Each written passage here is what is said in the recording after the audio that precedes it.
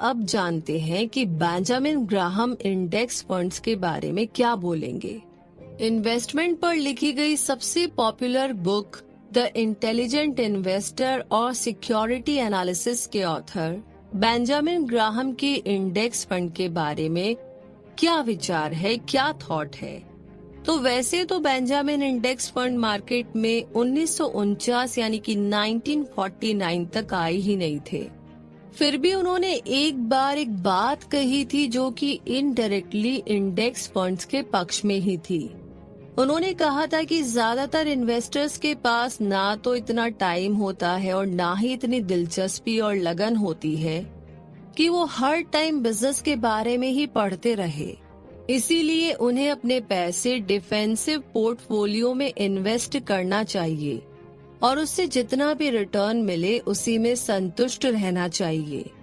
जब आप अपना सारा पैसा किसी एक कंपनी में ना लगाकर अलग अलग कंपनीज में लगाते हैं तो उसे पोर्टफोलियो कहा जाता है।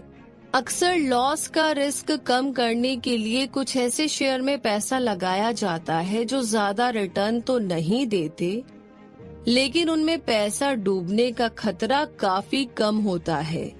ऐसे पोर्टफोलियो को डिफेंसिव पोर्टफोलियो कहा जाता है जिसमें पैसा ज्यादा रिस्की और कम रिस्की दोनों शेयर्स में लगाए जाते हैं। बेंजामिन ने ये भी कहा था कि वॉल स्ट्रीट का मकसद बिजनेस करना है और इन्वेस्टर से जो कमीशन मिलता है मार्केट उसी बेसिस पर चलता है, जिसका मतलब है कि इस मार्केट का नेचर ही ऐसा है कि इन्वेस्टर को बहुत ज्यादा रिटर्न नहीं मिल सकता। शॉर्ट में इसका ये मतलब है कि बार बार स्टॉक खरीद और बेचकर ज्यादा पैसा नहीं कमाया जा सकता, बल्कि सबसे बेस्ट स्टॉक्स में लंबे समय तक पैसा इन्वेस्ट करके ही अच्छा रिटर्न कमाया जा सकता है। तो इसी के साथ अब टाइम आ गया है इस समरी के कंक्लूजन का, इसके निचोड़ का। तो इस समरी में सबसे पहले हमने ये जाना कि फंड मैनेजर वो होता है जो हमारे पैसे अलग अलग कंपनी में इन्वेस्ट करता है।